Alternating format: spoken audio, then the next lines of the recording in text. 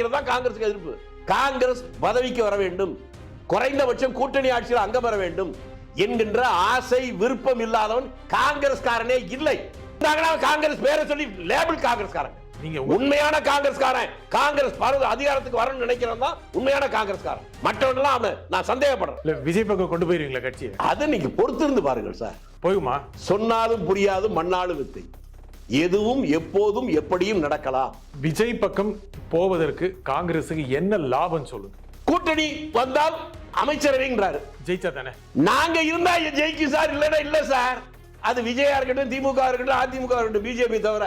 விஜயோட போகிற கணக்கு, திமுக போற கணக்கு, இந்த கணக்கு தான் பலம் அப்படின்னு காங்கிரஸ் நினைக்குமா நினைக்காதா? எந்த கணக்கா இருந்தாலும் சரி சார், என் பார்வையில் ரொம்ப நாளைக்கு அப்புறம் ஒரு வாய்ப்பு வந்திருக்கு. காங்கிரஸ் கூட்டணி அமைச்சரையில் அமைச்சருக்கு பதவி யார் கொடுக்கிறாங்களோ அதை ஏற்றுக்கொள்வதுதான் இந்த கட்சிக்கும் தமிழ்நாடுடைய நலனுக்கும் நல்லதுன்னு நினைக்கிறேன்.